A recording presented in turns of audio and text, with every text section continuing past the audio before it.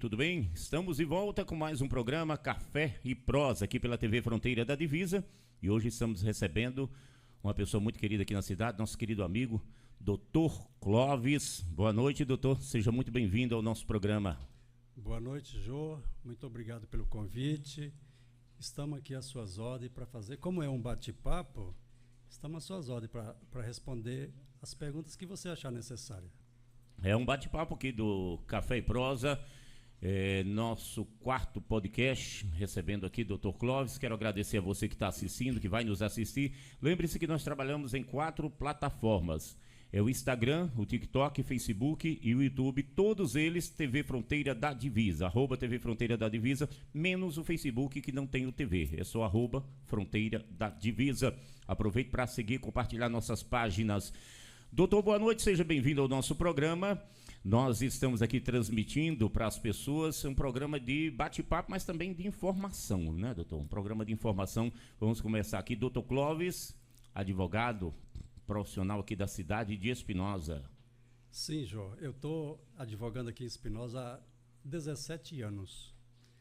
Então, eu formei em 2007 e desde então em Espinosa. Sou natural aqui de Espinosa, filho de pais de Espinosa, neto de avós de Espinosa. Eu me considero um legítimo espinosense.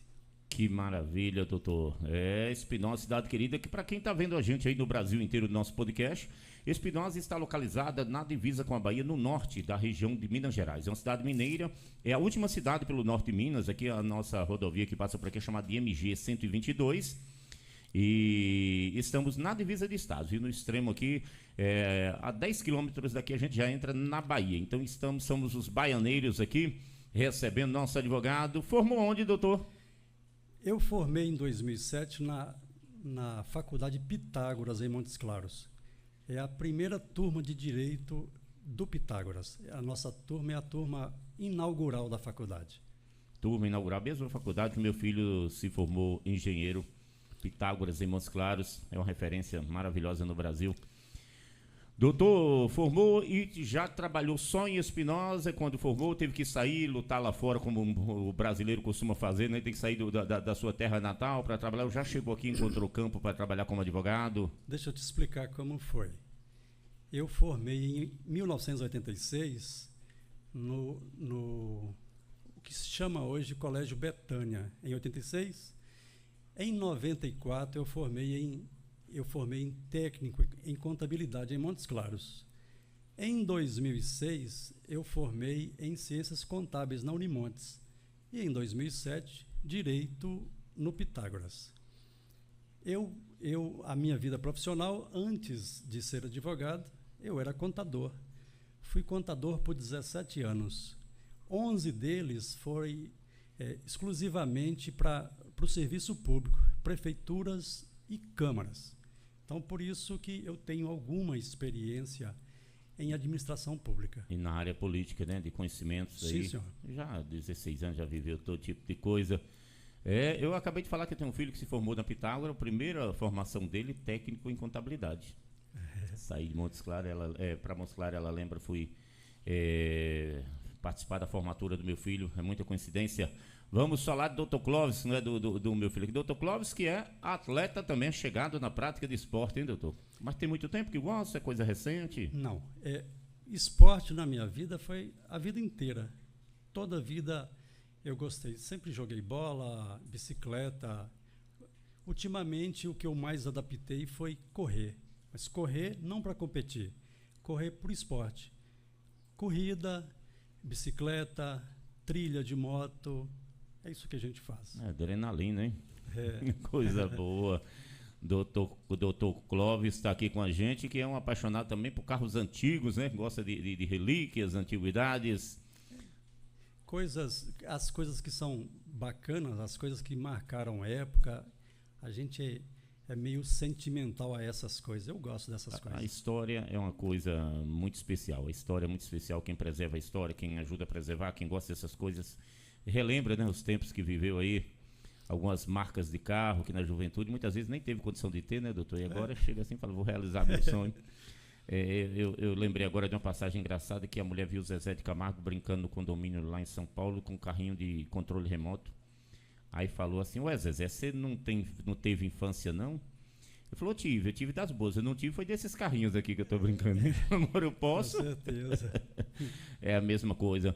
Doutor, eu gostaria, o senhor falou que formou advogado, e eu gostaria de lhe perguntar o seguinte: formar advogado tem uma sequência aí, né? Talvez seja a profissão mais difícil de se chegar a executar no Brasil, porque eu não sei se tem uma outra que tem uma prova depois de formado que você tem que fazer para poder exercer a profissão.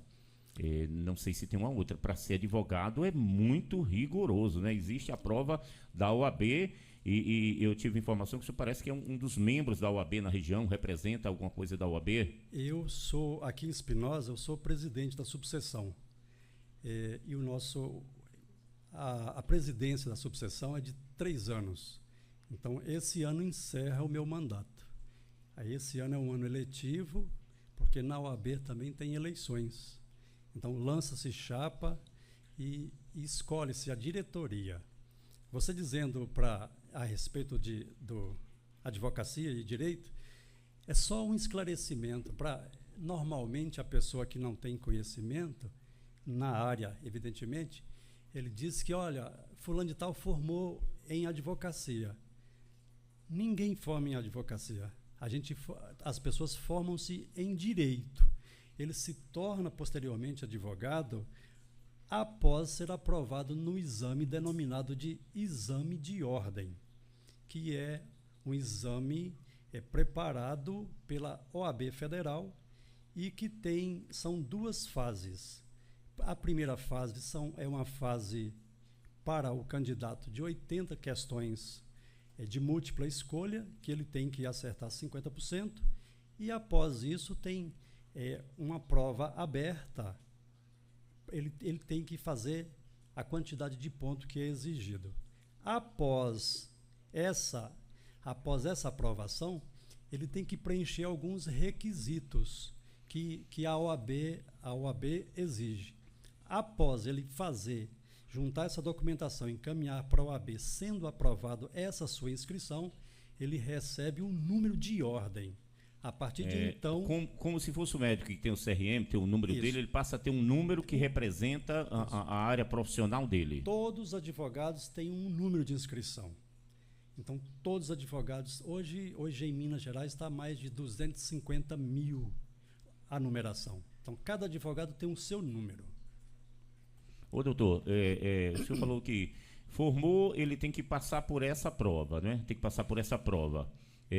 No caso, é obrigatório, né? Tem que fazer, senão ele não pode exercer a profissão. Não. Para a pessoa, Jô, se tornar advogado, ele tem que submeter o exame de ordem. Chama-se exame de ordem, ele tem que submeter. Senão, ele é simplesmente um bacharel em direito. Ele não tem direito a representar ninguém judicialmente ou administrativamente. Só advogado pode representar. E no caso, doutor, a pessoa não conseguiu passar nessa prova. Ele estudou quantos anos para formar advogado? 5. 5 anos. Ele estudou 5 anos. Para que ele pode utilizar esse tempo de estudo como profissional? Em que área? Presta atenção, Jô. O direito é dos cursos que dá maior amplitude para a pessoa. Um formado em direito, ele pode ser advogado, é apenas uma opção. Porque você imagina, concurso público, assessor, consultor, oficial da polícia, professor, delegado, juiz. O juiz precisa ele precisa ter exercido a advocacia, mas também é mais uma opção. É o curso que mais dá opção para a pessoa, para o formando em direito. Então, necessariamente não tem que formar advogado? Não. Ele não tem que fazer a prova? Não, isso é uma opção das pessoas que querem se tornar advogado. Mas a maioria das pessoas que fazem direito é como se fosse um desafio. É um divisor de águas para o formando em direito, para ele próprio, para ele passando no exame de ordem, porque normalmente as provas eliminam mais de 70% dos candidatos. É a peneira fina. Só fica quem de fato estuda. Doutor, cada pessoa tem uma opinião e eu já ouvi muitas opiniões com relação à prova da OAB, até em questões políticas e tudo mais. Agora, eu vejo que não só é necessária a prova da OAB, como deveria se aplicar essa prova em todas as profissões. Se não fossem todas, pelo menos aquelas profissões que de risco. Você vai construir um prédio, uma ponte, uma coisa que vai passar vidas por ali. Você vai cuidar de vidas. Você vai cuidar de vidas em uma profissão. Então, a OAB, quantos anos mais ou menos tem de OAB no Brasil? Você pode... Sim. A OAB, Jô, oficialmente como OAB, foi a partir do ano de 1930. Existia no Brasil, na época do Império, o chamado Instituto dos Advogados Brasileiro. Foi criado em 1847. Então, a OAB é a partir de 1930, com um decreto do governo... Que mudou de nome, né? Mas já tinha um órgão que controlava... Mas antes era um instituto. Um instituto, né? Dos advogados brasileiros. Posteriormente foi criado a partir de um decreto presidencial. Tanto que a OAB ela é regida, tem um estatuto através de lei que regula todos os procedimentos da OAB. Olha só, 1930. 1930. 70 com 20, 94 anos de existência da OAB. Aí você vê, depois de 94 anos, parece que o brasileiro demora a aprender com a história, né? Não se conseguiu regulamentar as outras profissões nesse sentido. No sentido de você fala de prova? De provas, porque eu até conversei com o senhor, eu conheci uma pessoa em uma outra cidade que ela formou numa área que quando ela formou na área de informática, ela pegou o primeiro computador, ela não conhecia as peças da máquina que ela tinha que programar, que operar, ela não conhecia, e estava formado. A gente vê muitas escolas surgindo aí, não estou aqui criticando escola nenhuma, a gente está para debater aqui um bate-papo falando de OAB, vamos falar. Mas muitas escolas estão correndo atrás de turmas para fechar para fechar a sua turma, o pessoal, e não está tendo nem vestibular. O cara vai lá e faz, entra. E eu lhe falo, olha o tamanho da importância da OAB numa coisa dessa, não é? Exatamente. Olha, João, para você ter uma ideia, esse exame de ordem que é uma peneira para os candidatos, para selecionar, porque quem seleciona os profissionais é o mercado, mas as entidades selecionam as pessoas que estão melhor qualificadas. Só passa quem estuda. E essa prova já se tentou retirar para que não houvesse essa exigência. Isso é uma loucura. Loucura. Mas aí a OAB foi firme. A OAB tem lobby, tem prestígio. Então, a OAB, Jô, às vezes as pessoas não imaginam que seja a OAB. A OAB é uma entidade que garante a liberdade das pessoas. Em todos os atos do país, a OAB está presente. Eu vejo sempre. Algumas pessoas até falam assim por paixão política, mas a OAB envolveu nisso e naquilo. A OAB vai ter presidentes, sempre. E o presidente ele é um ser humano, que ele tem suas pretensões, suas ideologias, ele pode até deixar transparecer em algumas decisões, mas logo passa esse mandato, vem um outro. Então isso é a mesma coisa que acontece com o país, governo do país, Senado, Congresso, prefeituras. Nós vamos ter pessoas comandando ali com pensamentos diferenciados. Nós temos 11 ministros no Supremo, na sua maioria age um diferente do outro. Então, mas a OAB, ela tem se posicionado sempre nos momentos críticos do país, a OAB chega. Agora eu queria perguntar outra coisa, a gente está falando de OAB, vamos continuar aí que eu gostei desse negócio. Quem estudou muito pouco como eu, fica assim, apaixonado por essas áreas. Me fala o seguinte, doutor, e para o advogado, né? Você vai lá, você tem que se submeter a essa prova para exercer a profissão de advogado. Sim. E depois dessa prova, o que é a OAB na vida do advogado? Continua, ele passou essa prova, não tem mais vínculo? Não. Se ele precisar da OAB, como que é a OAB para o advogado? A OAB, o advogado sem a OAB, ele não é nada. Ele está vinculado, enquanto ele exercer a profissão de advogado, ele está vinculado a uma subseção, a uma seccional. Então, ele tem aquele número de inscrição dele, e anualmente é cobrado uma anuidade desse advogado. Todos os advogados pagam, como todos os outros órgãos de classe, paga-se anuidade. Mas na OAB é totalmente diferente. A OAB oferece muitíssimas vantagens ao inscrito. É curso, palestra, auxílio. Nenhum órgão de classe faz o que a OAB faz. Deixa eu te explicar olha para você ter uma ideia. Os eventos da OAB são eventos gigantescos, tudo gratuito ao advogado inscrito, regularmente inscrito e em dia com a OAB. Anualmente, como agora esse ano vai ter no mês de julho, a OAB promove um denominado Jogos da Advocacia Mineira, onde reúne todos os advogados do Estado. Os advogados inscritos que desejam participar, será uma semana em Belo Horizonte, tudo custeado pela OAB. Hotel de primeira qualidade, alimentação, transporte, tudo gratuito. É um órgão ativo na vida do advogado. Eu gostaria de lhe perguntar, doutor, o seguinte: isso são suposições que a gente vai fazendo para entender dentro da profissão, pelo seu largo conhecimento, até o senhor representa a OAB aqui na cidade, em um tribunal, está ali um julgamento, e vamos supor que por uma decisão, um comentário ali, o juiz acredite que o advogado tenha passado o limite ou alguma coisa e destrate esse profissional. A OAB tem algo a ver com isso? Se posiciona, ou é o advogado que tem que resolver a vida dele com o juiz? Essa questão aí, que você está falando, o exagero de uma autoridade contra um advogado, isso é ofensa à lei. O advogado ele tem prerrogativas. Tanto, às vezes, as pessoas não entendem como isso funciona. Imagina, a própria lei diz que não há hierarquia entre juízes, promotor e advogado. Todo mundo está em pé de igualdade. O tratamento tem que ser respeitoso entre todos, mas se alguma autoridade desrespeita um advogado, feriu a sua prerrogativa. A OAB é acionada, essa autoridade é notificada e ele vai ter que se retratar publicamente.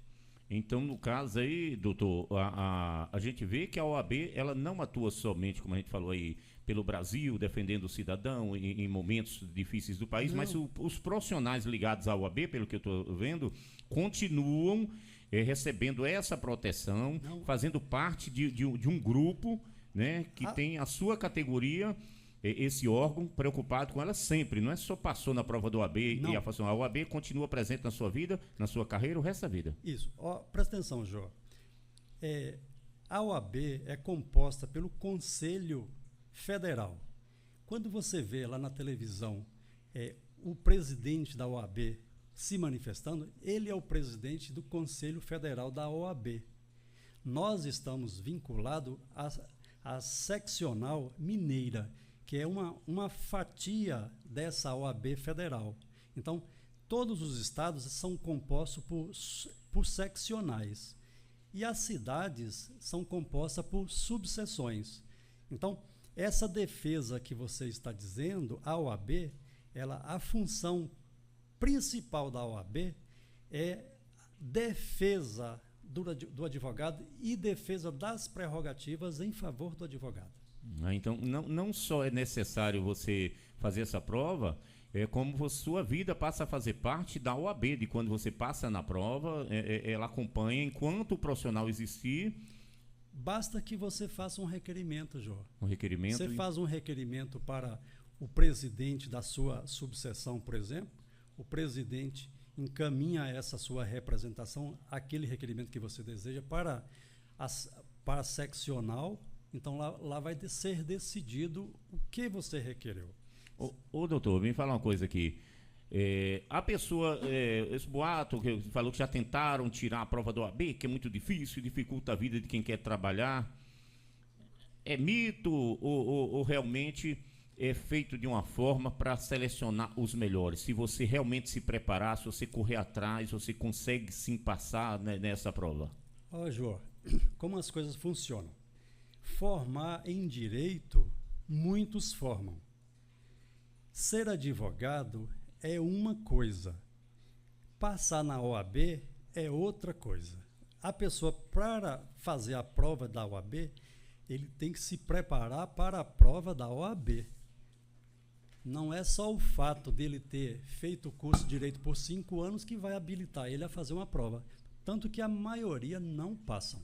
Tem gente que faz dezenas de vezes e não passa, porque não se prepara. Então fica aí o recado da experiência de uma pessoa que representa a OAB na região. Deixa eu colocar uma aguinha para nós aqui, que de bico seco. O sertão já é quente por natureza, né, doutor?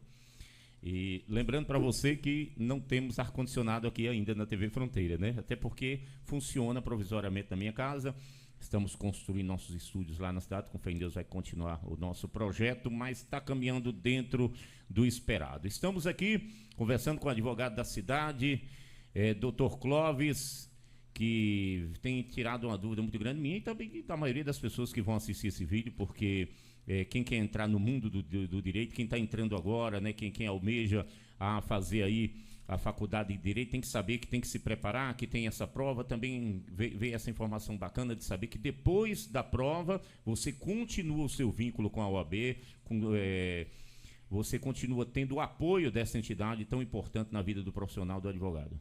Total. Só para você ter uma ideia, Jô, como funciona a OAB, aqui na nossa cidade, nós não tínhamos uma sede. E agora a seccional nos presenteou com uma subseção, aliás, nos presenteou a construção da nossa sede, que custou quase R$500 mil. Então, nós só somos aqui 52 advogados. Então, o que a gente contribui para a OAB é muito pouco em relação do que a gente recebeu. Então, nós vamos receber uma sede novinha, eu acredito que até no mês de setembro. Agora a gente inaugura a nossa sede. Teria que contribuir pelo menos uns 50 anos. 50 anos. Para poder. Uma coisa, Jô, que eu gostaria de falar, tem pessoas que criam, a sociedade às vezes cria o mito que advogado é desonesto, que advogado é esperto. Isso é uma mentira. O advogado, em tese, ele é honesto, ele é correto.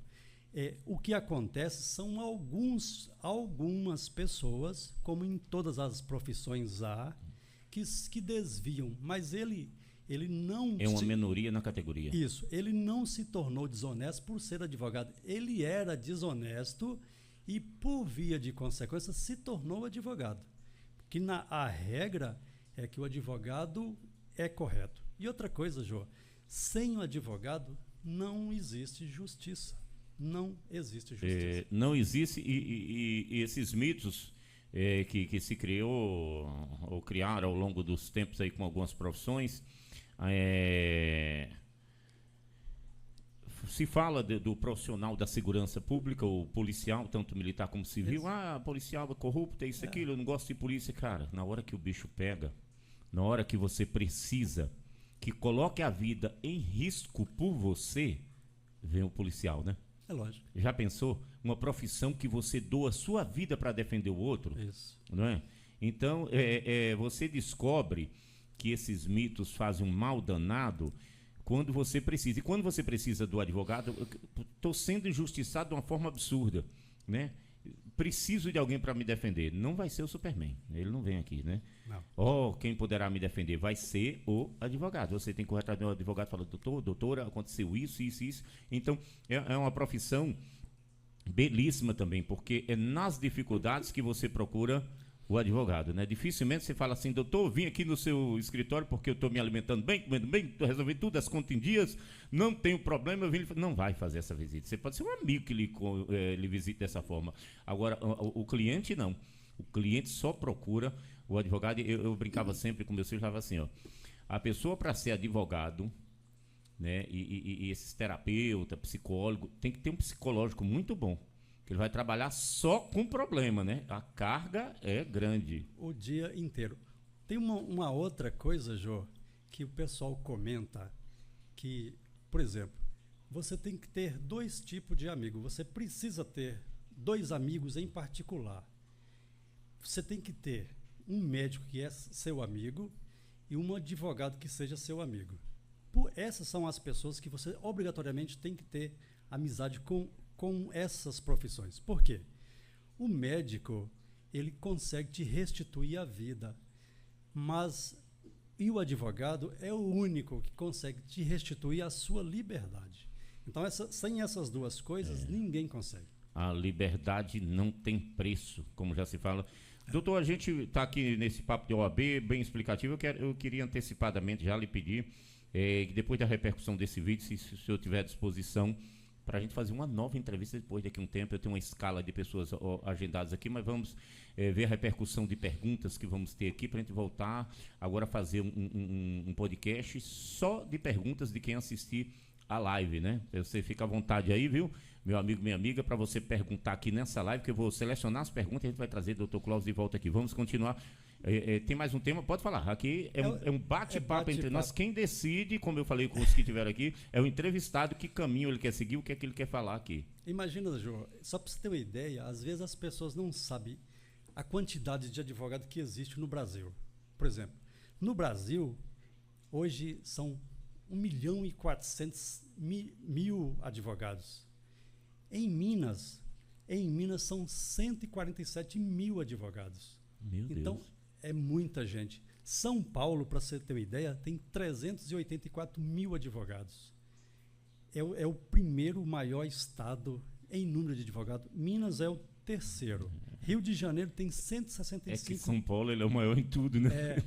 Imagina nós aqui em Espinosa, por exemplo, eu recordo pouco tempo, nós tínhamos aqui 5 ou 6 advogados, não faz muito tempo. Hoje nós somos 52 advogados em Espinosa, e a grande maioria mulher. São 30 advogadas mulheres inscritas na nossa subseção. Nossa, que maravilha, viu? É a maioria. Inclusive a nossa diretoria da OAB aqui, é composta de homens, só eu. E o resto são todas mulheres. Tá no lugar bom, viu? A Bíblia já falou, bendito sois entre as mulheres. Bendito é o fruto. Então, mais de 50 advogados aqui na cidade, doutor? 52. 52 advogados na nossa cidade. E a cada... eu acredito que até no final do ano aí, 55, 60 advogados, com certeza. É porque também agora nós temos o curso de Direito aqui na cidade, né? Isso. Também tem em Guanambi, também tem em Mato Verde, tem em Janaúba, em Montes Claros tem 2 faculdades. É que, né, no caso, essas já tinham, agora para nós é novidade aqui, né? Na cidade, chegar o curso de Direito aqui para Espinosa. Doutor Clóvis, quer continuar na área da UAB? Quer migrar para alguma outra área? Quer falar de algum tema? Não, você faz as perguntas. Vamos falar aqui. A gente pode até voltar já. Aqui é um bate-papo, não tem, como eu disse para os entrevistados aqui, não tem roteiro e não tem corte, viu?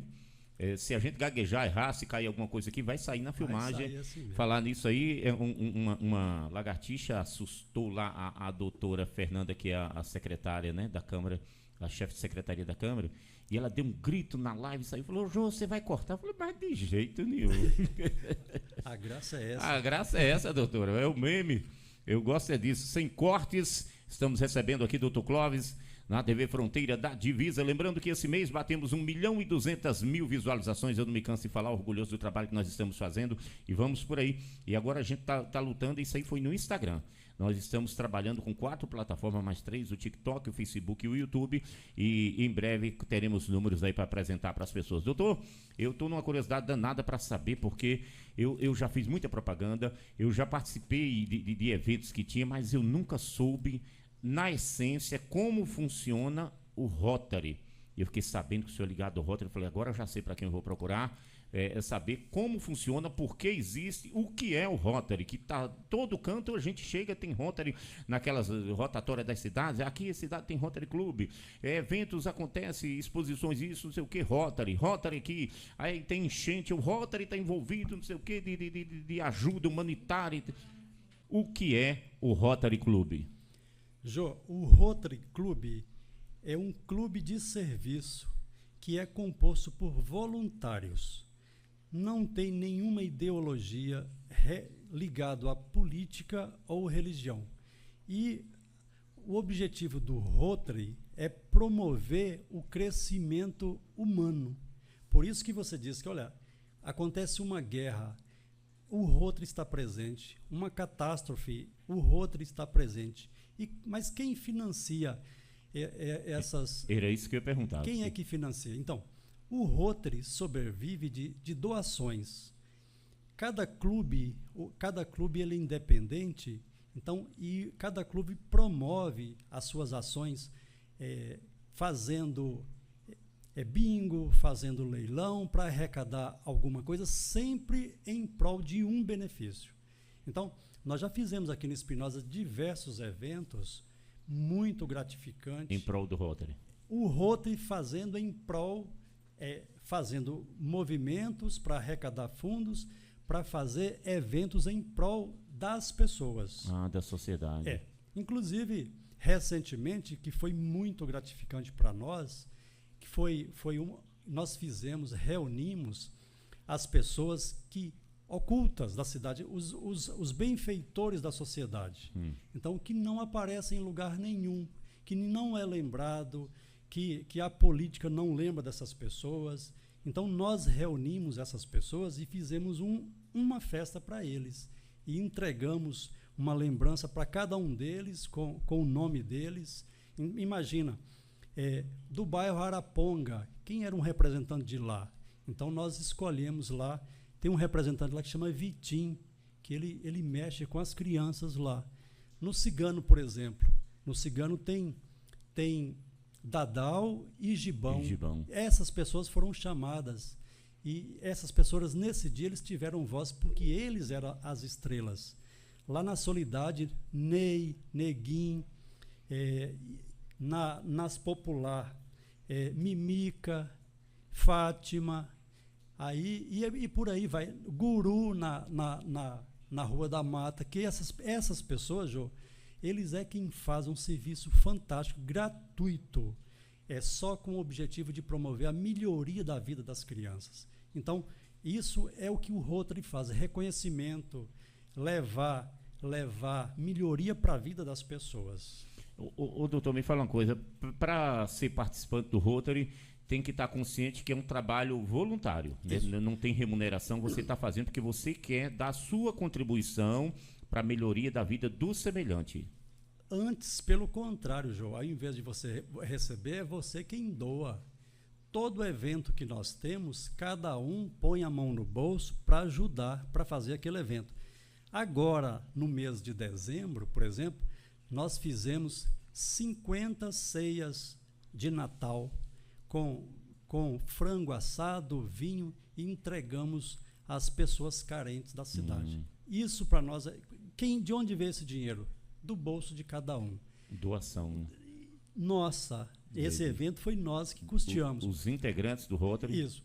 Para ser um integrante do Rotary, Jô, a pessoa tem que ter esse espírito de voluntariado. A pessoa tem que gostar dessas coisas, de ações comunitárias, do próximo. Então, não é, eu quero ser rotariano, não é assim que funciona. Você é convidado. É a sua convivência na sociedade que lhe credencia para ser um rotariano. Isso, e você ser convidado. Ser convidado pelo Rotary. Isso, aí depois que você for convidado, o seu nome é submetido lá aos demais membros, porque são todos companheiros. Então, não pode ter uma pessoa que vai causar desavença. Então, aqui em Espinosa, o Rotary é composto por 20 membros. 20 pessoas fazem parte do Rotary de Espinosa. E é uma instituição muito forte, né, doutor? Que a gente vê no Brasil inteiro. O Rotary, ele é o quê? Ele é da América Latina? Não, o Rotary é internacional. É no mundo inteiro. No mundo inteiro tem. Então, cada cidade ou cada estado, ele cria o seu clube, mas com as diretrizes do Rotary. Do internacional. Do Rotary Internacional. Que tem, as diretrizes são as mesmas, os objetivos são os mesmos. É assim que funciona.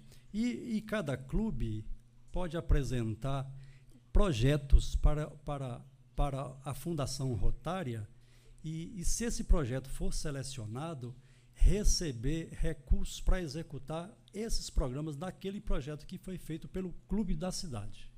Então, no caso, o Rotary, ele consegue, fora dessas doações que vocês falaram que vocês fizeram aqui, que doaram as cestas, que fizeram as festas, a festa de homenagem às pessoas que estavam sendo esquecidas pelo poder público, se vocês precisarem de um projeto aqui na cidade, existe a possibilidade da sede, da matriz em outros locais, mandar para cá recurso para executar aqui na cidade. Exatamente, basta que se faça.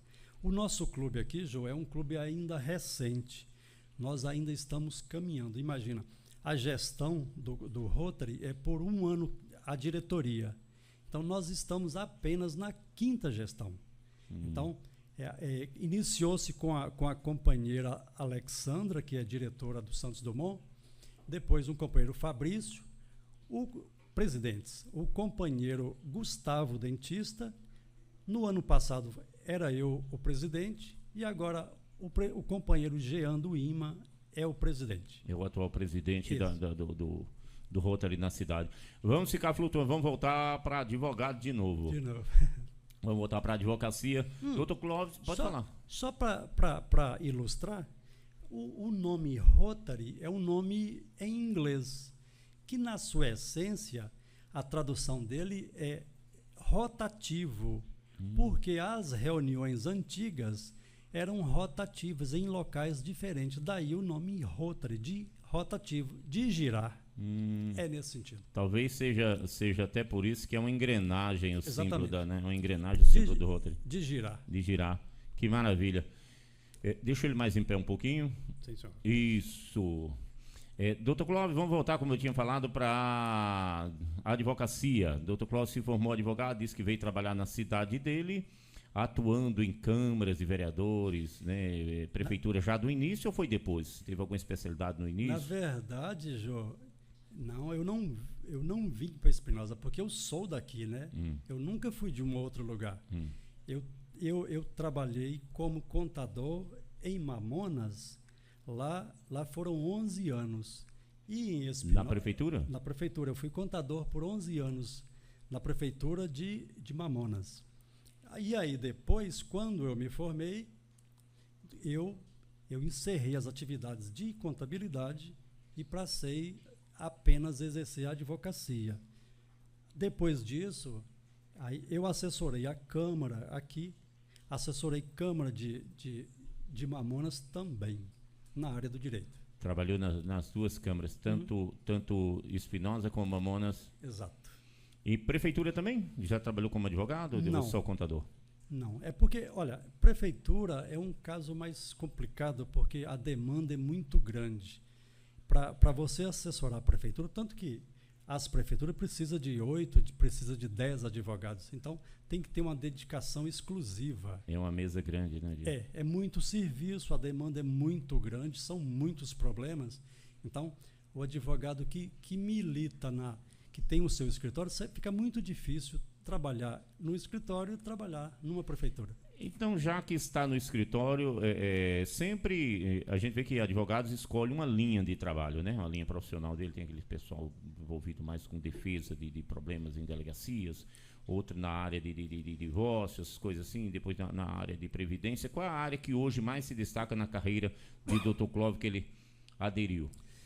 Eu, Jô, não faço direito do trabalho, que é o trabalhista, não faço. Direito penal, não faço. A minha área é a área civil, é a vida do dia a dia das pessoas. Área civil e previdenciário, é a minha área. Previdenciário, deixa eu cortar a imagem para cá para eu aparecer na pergunta aqui. Doutor, previdenciário, como é o trabalho do advogado previdenciário? Quando é que eu procuro?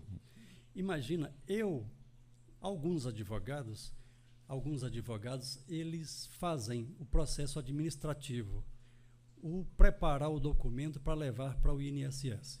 Eu não faço. Eu só faço após o INSS ter negado qualquer tipo de benefício. Eu só faço ações judicial. Então, após o INSS negar o benefício para o contribuinte, para o beneficiário, então eu faço a ação judicial. Então, se a pessoa acredita e também tem provas que tenha direito e o INSS negou por algum motivo, né? É nessa hora que o cliente lhe procura, a pessoa, né? O beneficiário lhe procura e doutor Clóvis vai quando já foi negado, né? Só quando foi negado. Porque, inclusive, é uma condição para a justiça que o benefício seja negado. Porque se não houve a negatória do INSS, não tem por que você ajuizar uma ação se o próprio INSS ainda nem negou. Então, você analisa os documentos e você fala com o cliente, olha, aqui a gente vê possibilidade ou não, porque tem muitos casos que você pega um processo previdenciário, não é porque o INSS negou que na justiça a gente vai conseguir. Não é assim que funciona. Então, só se de fato a pessoa tiver o direito. Se de fato tiver o direito, mas eu tive informações antes da gente conversar por aqui, conversando até de previdência da minha esposa aqui, que o pessoal falou, procura doutor Clóvis, que ele resolve, né? Chegou ao meu conhecimento. Então, já tem um histórico bom nesse sentido. Então, eu gostaria de fazer a pergunta, doutor, quase sempre dá para resolver? O INSS chega a negar a quem realmente possa ter direito? Olha, em vias de regra, o INSS é muito rígido. Imagina que a gente trabalha mais e a maioria dos meus clientes são pessoas da zona rural. Imagina que um trabalhador rural, por algum período, trabalhou um mês em São Paulo de carteira assinada. Para o INSS, essa pessoa nunca mais será um trabalhador rural. Então, mas na justiça, a gente consegue provar que aquela pessoa só teve aquele breve vínculo. É isso que a gente tem que analisar. Até porque em época de estiagem aqui, no sertão, né, doutor? As pessoas têm hora que correm para sobreviver mesmo, para de lá mandar um sustento aqui para alguém, trabalha ali 1 ano, 8 meses de carteira assinada em servente e pedreiro, em algum lugar. Mas para o INSS, Jô, qualquer mácula, qualquer período, 1 mês, 15 dias, é o suficiente para negar e não dar oportunidade. Simplesmente nega o benefício porque considera que um trabalhador... Porque para o INSS, o trabalhador rural é aquela pessoa que está lá na zona rural e depende exclusivamente daquele trabalho rural. Ele na sua propriedadezinha ali, ou dele, ou arrendada de alguma forma, mas aquela pessoa que nunca saiu da roça. Então aí entra aquele primeiro assunto nosso, de quando você precisa é que você vê a atuação do advogado, porque o advogado vai mostrar na justiça que aquele cidadão saiu porque precisava sobreviver, né? Naquele ano de estiagem, comprova que aquele ano foi um ano difícil. Sim. E que se ele não sai, ele morre de fome naquele pedaço de chão ali de torrão com a família dele, e ele foi lá, trabalhou, na carteira dele está ali ajudante, alguma coisa naquele período, depois retornou para voltar a viver no seu sertão, no seu pedaço de terra. Exato. O que acontece, Jô, em muitas vezes, tem muitos trabalhadores rurais autênticos, nunca saíram da roça, mas ele não tem um documento que comprova que ele é da roça. É incrível. Ele não paga um INCRA, ele não paga um ITR, ele não tem um registro da terra dele em nome dele, e ele vai deixando... Mas ele é um legítimo trabalhador. Nativo. Aí chega no INSS... o INSS não vê prova, a pessoa não tem prova que é trabalhador rural. Prova material, embora sendo. Então, são nessas questões que a gente busca na justiça provar que aquela pessoa é de fato um trabalhador rural. Nessa hora que o advogado vira até investigador, hein? Com certeza. Para preparar o material, as provas, para chegar ali. Exatamente. E apresentar que aquela pessoa realmente merecia. Então, já fica aí... informando para você que tem essas questões, nós temos aqui um especialista na cidade, doutor Clóvis, tanto está nos orientando aqui, como também pode receber a sua causa aí. Doutor, vamos continuar falando de profissão, advogado. Em que outra área, fora essa aí da Previdência, o senhor atua no dia a dia? O cidadão pode procurar o doutor Clóvis em que sentido? Jô, presta atenção. Área civil, a gente chama de área civil. É tudo que envolve a vida do cotidiano das pessoas. Imagina, você tem um problema com o inventário. Então, isso está na área civil. Você tem um problema de família, por exemplo, um divórcio, uma separação, um reconhecimento de paternidade, um reconhecimento de união estável, que isso é muito comum hoje. As pessoas se juntam, mas não casam. Então, tudo que envolva as questões da sua vida civil. Então, é isso que a gente atua. Então, também foi bom você tocar no assunto aí. Não sei se pode ficar mais tempo aqui, doutor. Você pode abusar de continuar perguntando. Ficar à vontade. Morou junto a partir de que tempo, de que prazo a pessoa tem direito de reconhecimento pela justiça dessa união? Você fala, Jô. Um casal a partir de que tempo comprovado que moram juntos? Que tem direitos? Que tem direitos Imagina, a questão toda no direito de família, eu sempre falo, o que pega o problema maior nos casamentos e nas uniões não é o casamento e nem a união em si, são os bens. É o que causa o problema. Então, o que acontece? Como é a regra no direito? É a escolha do regime de casamento. Então, se a pessoa não é casada, é só uma união estável, então, se é união estável, a regra será a regra do casamento, que chama... Me passou o nome agora. O que acontece? No direito civil, tem as formas de casamento. Aí os casamentos... É o casamento que regula o patrimônio daquelas pessoas. No caso do casamento legal, que tem o documento, então, né? O regime da união estável, ele se equivale ao da comunhão parcial de bens. O que isso quer dizer? Isso quer dizer que é tudo que o casal adquiriu na constância do casamento. Quando passaram a ficar juntos. Exatamente. Então, o que esse casal produziu? Então, aquilo que o casal produziu é que será partilhado entre o casal. Então, vamos, só um exemplo, doutor, para que a gente vá explicando mais para as pessoas, no dia a dia. A mulher mora numa casa e ela conhece uma pessoa, essa pessoa vai morar na casa dela, né? E aí caracteriza uma relação. Vamos supor que depois de um ano há um desentendimento, o cara quer metade dessa casa porque é marido, morou com ela e disse que depois de 6 meses os direitos são... Não existe essa regra, Jô. Imagina, o regime de casamento é que determina como é que isso será feito. Imagina que esse casal que você está falando aí, a mulher tinha já a casa e casou-se com o marido no regime de comunhão parcial de bens. Eles vindo a separar, essa pessoa, o marido, não terá direito a nada. Não tem direito a nada. Agora, se esse mesmo casal casar no regime de união total, aí o que acontece? Se eles vindo a separar, ele terá direito na metade, porque esse tipo de regime tanto faz os bens presente, futuro ou anterior. O passado. Né? Exatamente. Mas é o tipo de regime. Quando se faz o casamento, é você quem escolhe o regime de casamento. Olha o que a gente está falando da importância do advogado e do conhecimento das leis. Eu já vi muitas pessoas falarem, doutor, eu não, homens, né? Eu não sou louco de trazer mulher para pôr dentro de casa, eu vivo sozinho, ela mora aqui 6 meses, 8 meses e toma a minha casa. Isso não existe, é falta de conhecimento da lei, né? Existem outros direitos, né? Imagina que, no caso de uma mulher que morou com uma pessoa, essa pessoa não tem condição, ela poderia pedir uma pensão para a subsistência dela, para a sobrevivência dela.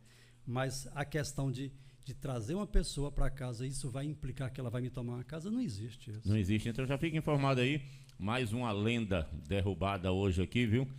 Conversando com o Dr. Clóvis. Dr. Clóvis, a gente foi conversando, quase 1 hora de conversa aqui e nem sentiu. Tem algum tema que o senhor veio preparado para conversar comigo? Eu terminei não citando aqui. Pode falar aí, vamos conversar. Como ficou livre seria um bate-papo que você faria as perguntas, então as perguntas vêm de lá para cá. Pode ficar à vontade. Então, para você que vai assistir o vídeo, gente, já fica aí, nós vamos retornar essa entrevista e eu gostaria que você fizesse as perguntas aqui, alguma dúvida que ficou. O pessoal já sabe que ele é especializado na área cível, né, no dia a dia, questões de separação de bens, disso, aquilo, de inventário, e também a área da previdência, que é uma área muito complexa, né? A área da previdência é uma área complexa, a gente fica assim, chega ali, é a informação que te dão ali, e nem sempre aquelas pessoas que estão ali na frente estão tendo muita paciência. Por quê? Porque no dia a dia é desgastante você atender gente o tempo inteiro, tem uns que chegam achando que você tem que resolver o problema dele ali, e pega um funcionário que não está num dia bom, ele não dá a informação que deveria dar. Então, qualquer dúvida tem que sim procurar um advogado para se orientar, né, doutor? Olha, Jô, normalmente um ato que modifica a vida das pessoas é o casamento. E poucas pessoas observam, porque normalmente quando o casal vai se casar, eles não estão preocupados com bens, porque bens nenhum eles têm. Então eles estão preocupados só com o amor. Então qual é o regime que eu escolho aí? Qualquer um. Então, mas lá na frente, quando eles já estão família formada, patrimônio formado, um deles verifica que, olha, isso aqui deveria ser de forma diferente. Porque cada regime de casamento, ele regula o patrimônio desse casal. Então, imagina, o regime da comunhão parcial de bens, se você não especificar, no dia do seu casamento, se você não especificar o tipo de regime que você quer, esse regime é o regime obrigatório. Então, ele já é o padrão. Se você não escolhe, será o regime da comunhão parcial de bens. Porque existe outros regimes, o regime de separação de bens. Por exemplo, a pessoa quer casar com separação de bens. O que é isso? O que cada casal adquirir será o que cada um que faz parte do casal adquire. Esse bem pertence exclusivamente àquela pessoa e ele pode fazer dele o que quiser. Ué, doutor, para mim é novidade isso. Bacana, eu não abordei porque não sabia nem da existência. Chama de regime de separação de bens. Regime de separação de bens. Isso. Se determinar no casamento que a carreira, os dois fazem uma carreira bacana ali e tal, e que não querem misturar as coisas, isso. Cada um vai criar o seu próprio patrimônio, que no caso seria, enquanto tiver em convivência dos dois, né? Sim. Mas se precisar separar, já é separado por lei. Já está separado.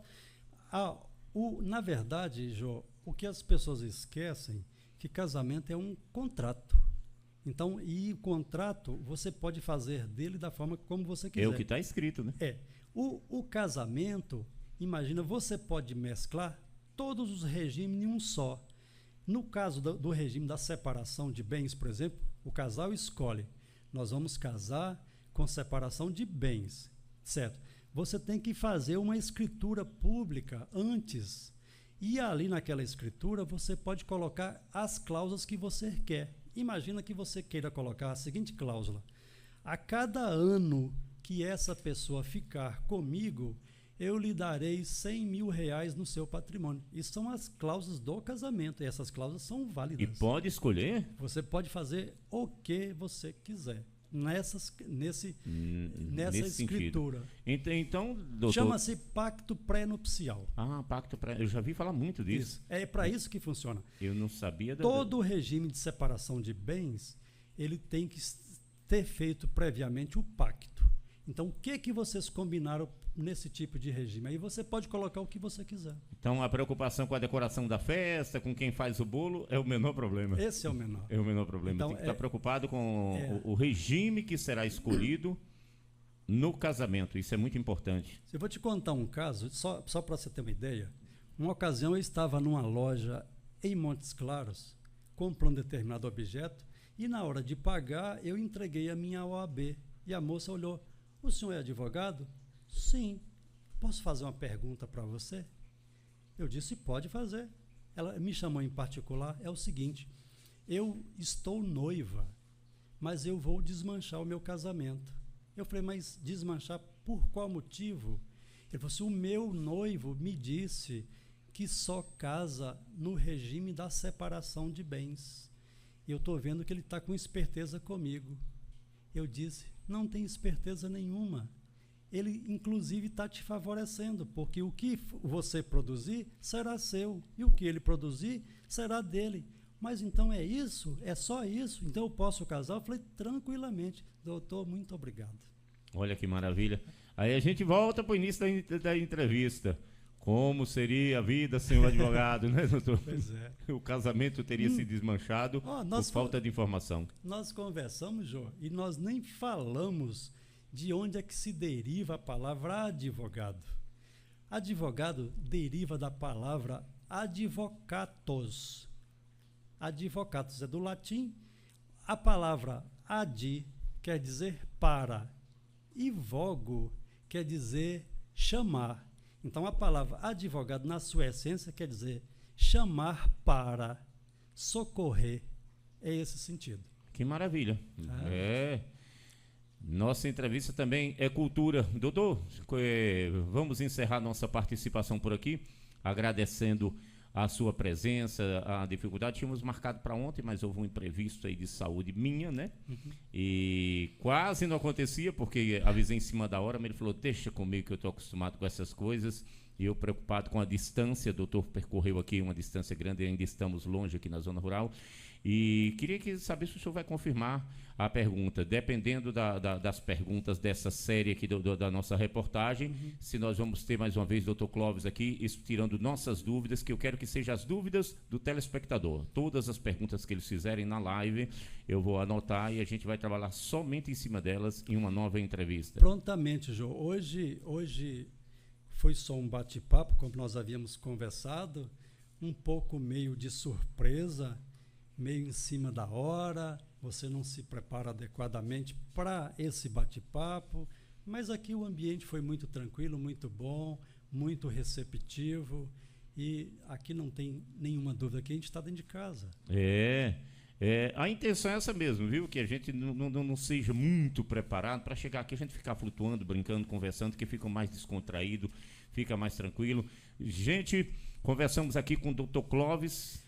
Ô, Jô, eu gostaria... Pode falar, tá. Eu gostaria... Nós falamos de OAB e tal, e não falamos da composição da minha diretoria, da nossa diretoria aqui. Vamos... Então, eu gostaria... Ficar devendo, eles vão cobrar ainda. Eles vão me cobrar. Mas você foi na entrevista e não falou de nós. Não falou de nós, então... Vou cortar aqui para o Dr. Clóvis para ele falar para nós. A nossa diretoria, atualmente, é composta por mim, presidente, doutora Lucinete Antunes, que é a filha de Valderino, que é a vice-presidente, doutora Rafaela, Giovana Rafaela, que é secretária, a sobrinha de Zecão, a doutora Marinalva, que é a tesoureira, a doutora Débora Patrícia, que é a secretária adjunta. Aí nós temos um delegado de prerrogativas, que é o doutor Farley Valente, temos uma delegada da Caixa de Assistência, que é a doutora Camila, temos um diretor da comissão da OAB Jovem, doutor Frederico, temos a OAB Mulher, que é presidida pela doutora Luciana. Então, nós temos uma diretoria de marketing, que é composta por doutora Jânia e a doutora Jéssica. Então, tem muita gente envolvida. É uma equipe grande envolvida. Além de que, Jô, nós temos aqui uma comissão de festa. Então, nós temos uma comissão de eventos, que prepara. Nós fizemos com muito sucesso o Arraiá da OAB, que foi um sucesso. E também fizemos feijoada da OAB. Vamos repetir? Arraiá da OAB. E vai se repetir. Vai ter esse ano? No dia 1º de junho. Eita, aqui dona Neide, que é a mulher da agenda, ela vai já agendar, que nós queremos transmitir, se for permitido, transmitir pela TV Fronteira essa festa. Dona Neide está com a cara de brava comigo ali, porque a bichinha esqueceu de atender um telefone que foi no ouvido na hora da entrevista e eu reclamei, viu? Quero pedir desculpas aí. Uma das maiores riquezas que Deus me proporcionou na vida foi encontrar essa mulher, doutor. Que ótimo. Que ótimo, maravilha. Falar em mulher, você acabou de me falar aqui, eu fiquei, doutor, parece-me que quase 14 anos fora daqui, né? Eu saí daqui, fui trabalhar, vinha sempre aqui, construindo aqui, nunca deixei de frequentar a Espinosa, a cada 6 meses, ela, na maioria das vezes, veio comigo, e você citou nomes aqui da OAB, parece-me que na maioria são jovens advogados, não é isso? Tudo, a maioria. Eu acredito que dessa equipe nossa da diretoria, todos são novos. Exceto eu e a doutora Lucinete, que são os mais experientes, mas os demais são novos. A maioria dessas advogadas mulheres são novos. Olha que coisa linda, né? É a profissão tendo sequência, novos advogados. Você me falava que alguns anos atrás tínhamos aí no máximo 5, 6, 8 advogados, hoje passamos de 50. Antes aqui, imagina, Jô, há 20, 30 anos atrás aqui, era Dr. Juraci Barbosa, que foi juiz depois e hoje é aposentado, Dr. Geraldo, Dr. Caio, Dr. Nelson.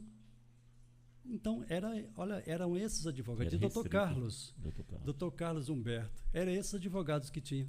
Aí, depois desse, vieram os... 52. 52. Aí, depois desses, Dr. Vicente, Dr. Jean, Dr. Luiz Cláudio, que são os mais experientes. Dr. Márcio.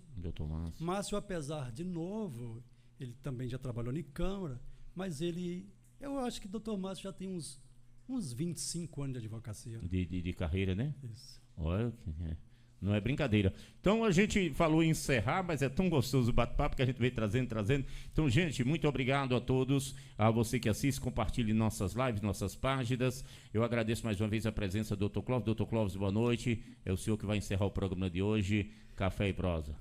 Jô, boa noite. Foi um prazer muito grande de estar aqui. Na verdade, de fato, isso aqui é um bate-papo descontraído, agradável, alegre e sempre que você precisar, não apenas para responder, para uma outra eventualidade, para uma ideia, nós estamos à sua disposição.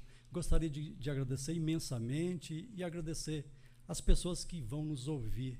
Espero que tenha tido proveito do que nós falamos nessa noite. Muito proveito, com certeza, doutor. Muito proveito, muito obrigado a você, Deus abençoe. Vamos precisar sim, muito. TV Fronteira da Divisa, muito obrigado a você.